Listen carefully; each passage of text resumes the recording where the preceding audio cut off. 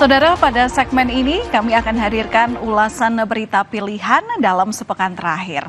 Sorotan yang pertama ini terkait dengan kasus pembunuhan di Padang Pariaman, Sumatera Barat. NKS, seorang gadis berusia 18 tahun tewas saat sedang menjajakan gorengan. Bernasib malang di saat dirinya tinggal selangkah lagi dalam mewujudkan cita-citanya duduk di bangku kuliah, ia justru malah tewas dibunuh.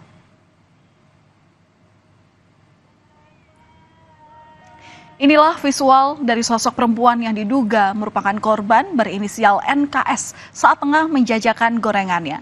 CCTV rumah warga juga sempat merekam korban yang tengah menjajakan dagangannya. Menurut perkiraan pihak keluarga, gambar ini diambil sekitar awal bulan September atau beberapa hari sebelum korban dilaporkan hilang.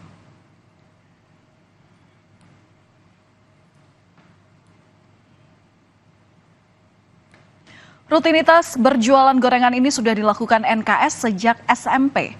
Awalnya sekedar menitipkan gorengan di kantin-kantin sekolah. NKS lalu menjual gorengan dengan berkeliling. Usai pulang sekolah, NKS ini menjajakan gorengan keliling kampung dengan jalan kaki sejak pukul 4 hingga 6 sore. Berkeliling hingga 3-5 km tak jadi masalah bagi NKS asalkan bisa menabung untuk melanjutkan pendidikan. Sang ayah yang awalnya sempat melarang NKS untuk berjualan gorengan akhirnya luluh karena kegigihan NKS. Korban ini dikenal ramah dan baik hati, di mana NKS ini dikenal sebagai murid yang berprestasi. Aktif di ekstrakurikuler pencaksilat, NKS kerap membawa pulang sejumlah medali dan piagam penghargaan. Sejak sekolah dasar, ia selalu mendapatkan ranking di kelasnya sehingga kerap mendapatkan beasiswa. Bahkan tahun ini, korban mendapatkan beasiswa untuk bisa melanjutkan kuliah di salah satu universitas di Kota Pariaman. Sebelum ditemukan tewas terkubur, NKS ini sempat dilaporkan hilang oleh keluarganya. Jadi, pada hari Jumat di tanggal 6 September, seperti biasa NKS ini berjualan gorengan untuk keliling kampung pada pukul 4 sore. Namun tak seperti biasanya pada pukul 8 malam, korban ini justru tak kunjung pulang ke rumah. Warga di sekitar mengaku melihat NKS pada pukul 6 sore. Keluarga pun mulai mencari keberadaan NKS. Namun, hingga Sabtu 7 September atau keesokan harinya, dini hari, pencarian keluarga tak mendapatkan hasil. Hingga akhirnya keluarga korban melaporkan kasus ini ke polisi. Setelah dilakukan pencarian secara intensif, korban akhirnya berhasil ditemukan pada Minggu sore. Namun korban NKS ini ditemukan dalam kondisi tak bernyawa dan terkubur di area perkebunan yang hanya berjarak 500 meter dari rumahnya.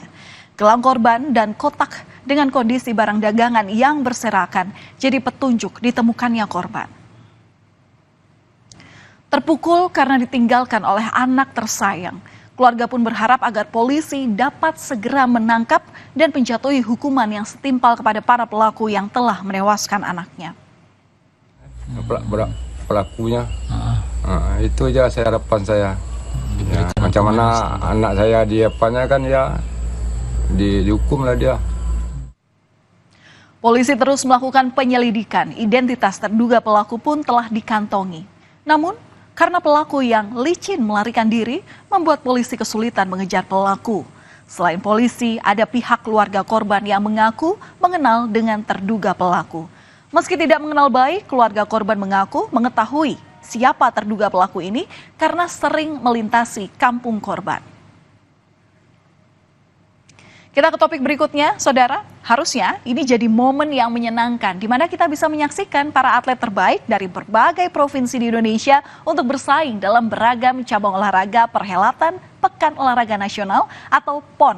Tahun ini namun malah diwarnai dengan berbagai masalah dan dugaan penyelewengan. Perhelatan PON yang digelar di dua provinsi, yakni di Aceh dan juga Sumatera Utara pada rentang waktu 9 hingga 20 September 2024 mendapat sorotan publik setelah ditemukan sederet masalah. Seperti venue pertandingan voli yang belum rampung seluruhnya. Namun tak cuma itu, ada juga pembangunan Stadion Utama Sumut yang molor. Padahal anggaran untuk venue PON 2024 tembus sebesar triliunan rupiah. Seperti video yang viral di media sosial ini, saudara, tampak para atlet melintasi kubangan lumpur saat menuju venue. Kontingen yang hendak bertanding harus berjalan kaki sekitar 100 hingga 200 meter karena kendaraan belum bisa masuk hingga halaman lokasi akibat jalan yang masih tanah. Tak hanya di luar arena, bagian dalam bangunan juga belum selesai sepenuhnya. Mendapat banyak perhatian, proses pembangunan khususnya jalan untuk akses utama ke gedung voli terus dikerjakan.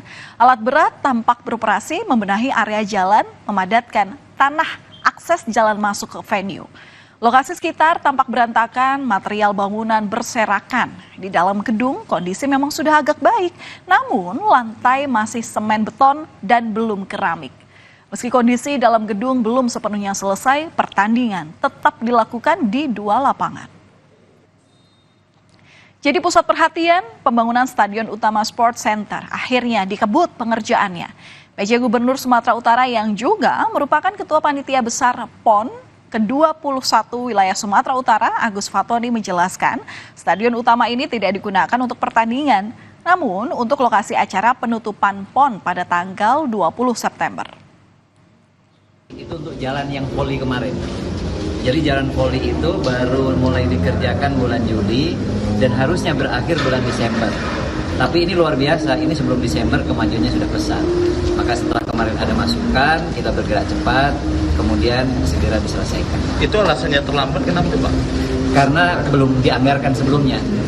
Tadinya hanya jalan di depan saja, tapi belakang ternyata perlu jalan. Maka itu anggaran tambahan. Tak cuma soal bangunan fisik yang menuai kontroversi, masalah distribusi makanan dan porsi yang tidak sesuai dengan kebutuhan para atlet juga jadi perhatian publik. Setelah jadi sorotan, para atlet mengaku sudah ada perbaikan menu dan jam distribusi makanan. Menurut keterangan atlet, sebelumnya konsumsi yang disediakan terasa hambar hingga nasi yang disajikan keras. Ya kadang lauknya itu bisa kadang hambar, kadang basi, kadang keras. Nasinya juga sama, kadang kayak belum matang juga. Setelah ada protes ini, kuliner makannya seperti apa?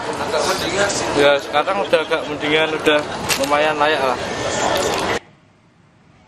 Sementara itu, Panitia Besar PON wilayah Aceh membeberkan sejumlah faktor terkait keterlambatan distribusi makanan. Yang puncaknya ini terjadi pada tanggal 7 hingga 8 September. Bersamaan dengan kedatangan banyak atlet ke Aceh untuk mengikuti PON ke-21, jadi alasan keterlambatan itu.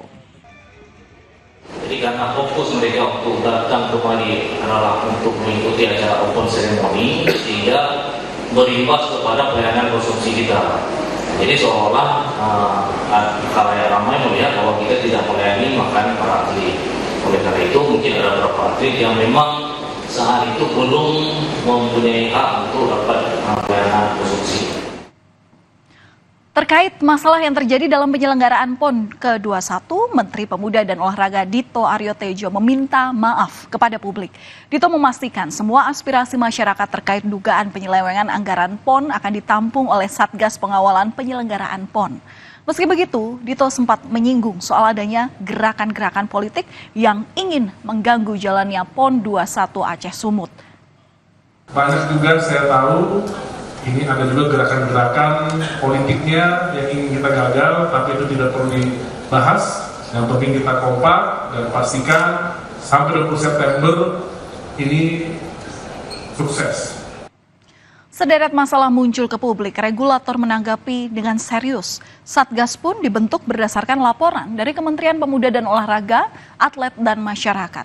Polri menyatakan siap melakukan penyelidikan dan penyidikan terkait dugaan tindak pidana korupsi dalam penyelenggaraan PON 21 2024. Tersebut menyelenggarakan pendampingan atas dugaan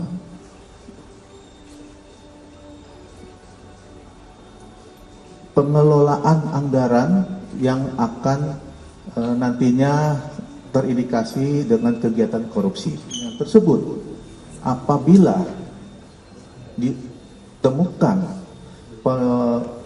pelanggaran dalam penyelenggaraan keuangan, Polri siap melakukan penyelidikan dan penyidikan.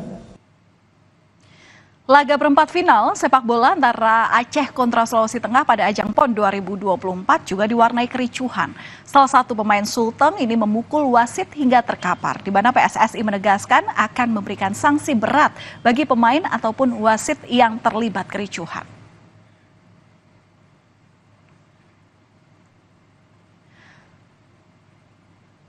Saudara, kami akan kembali usai jeda dengan sejumlah informasi. Tetaplah bersama kami di program Berita Utama.